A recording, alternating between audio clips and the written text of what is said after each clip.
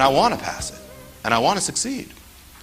We're going to go from what we learned in school. This is called the test. From what we learned in school, that was earthly things. The school that we went to when we grew up was training us, most likely, unless it was a Christian school, was training us for earthly things. So now we're going to take the same principles, because the earthly things are shadows of the heavenly things, and take it to the heavenly. The same thing. First of all, God does give us tests. Why? We say, why, Lord? Why? Like, imagine if we were in school and they gave us an algebra, they gave us some test at the end, and we said, why? Why? You don't like us? Why are you testing us, teacher? Why does he test us? We were saying, oh, Lord, why? Everything was going so smoothly. Everything was fine. Why do you have to throw in a test? Is it for your entertainment? Why? Why does God test us? Because God is our teacher. The Lord is your teacher, it says. Messiah is your rabbi. You are his disciple. Disciple, the word disciple in Hebrew and Greek means student, or the learners. The learners, those who are learning. So if he is your Lord, he's your teacher. If he's your teacher, you are his learner. You are learning every day, means he's teaching you things. You may not be listening, but he's teaching you things. He's trying to teach you things. You're in his class every day. It's free. And it's the greatest course, and it involves, he uses the whole world as his classroom. Every day, and you don't always like the lessons, but they're good lessons. They're the best lessons. Every day he's teaching you, not so you have head knowledge, although that's part of it, but so that you are growing up to heaven, to the graduation of heaven. It is free, and it's the greatest thing. He uses everything in your life. So you're not on earth just to hang out. You're on earth to learn, to judge. I mean, some of you, like, if this is a school, you're hanging out in the bathroom, you're not learning and you're goofing. But God, you are to be a good student in God. It doesn't matter what you were like in school. Every day he's teaching you things. And if he teaches you things, he must test you. Why does the Lord test you? Why do you have to go through that test? Why? Why were you tested in school? That was your earthly course. This is your heavenly course. Same reason, only heavenly. Turn to 2 Corinthians 13. 2 Corinthians 13. You need to be educated. We need to be educated believers. 2 Corinthians 13 and verse 5. Examine yourselves to see if you are in the faith. Examine yourselves. Or do you not recognize this about yourselves, that Yeshua, Jesus, the Messiah, is in you, unless indeed you fail the test? Wow. That's three things there. Examine yourself, or test yourself. That's exam, test. Examine yourself, again, to see unless you pass the test. Exam means it is an examination. What does that mean? An examination means you're being examined. You're being looked at. What is the first thing of a test? To show what's inside you. Why does God test you? God is not interested in the appearance. He's not interested in what you present yourself as. He's interested in the real thing, what's really going on. So a test shows the real thing. That's what a test is. That's what a test is. It tests the real thing. When you test someone, you're trying to get through the facade and try to get to the real thing. You're testing them.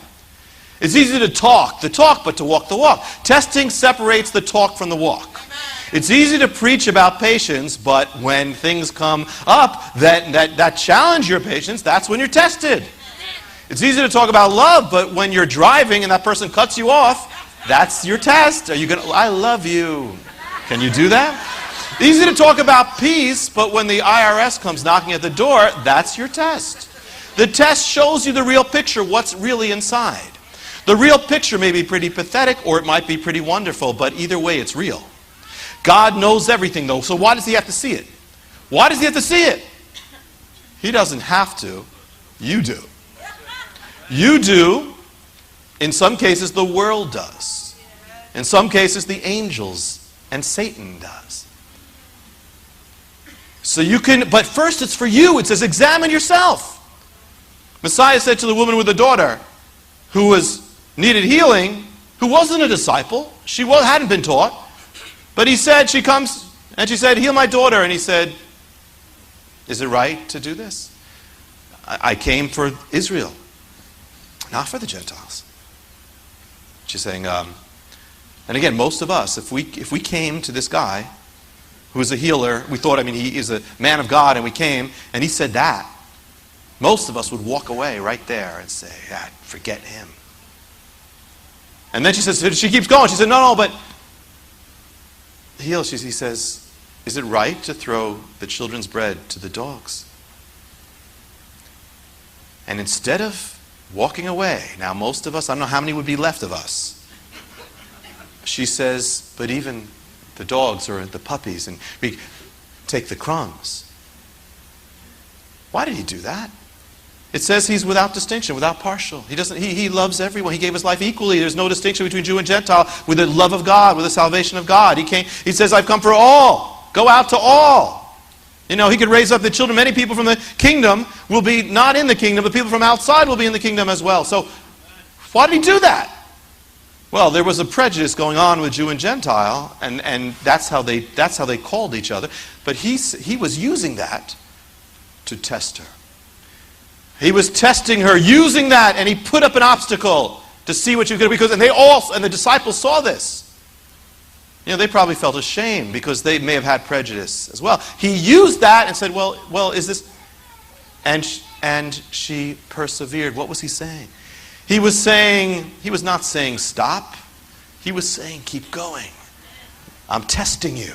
I'm putting up an obstacle right now. Not to discourage you. I'm putting up an obstacle so your faith can be stronger.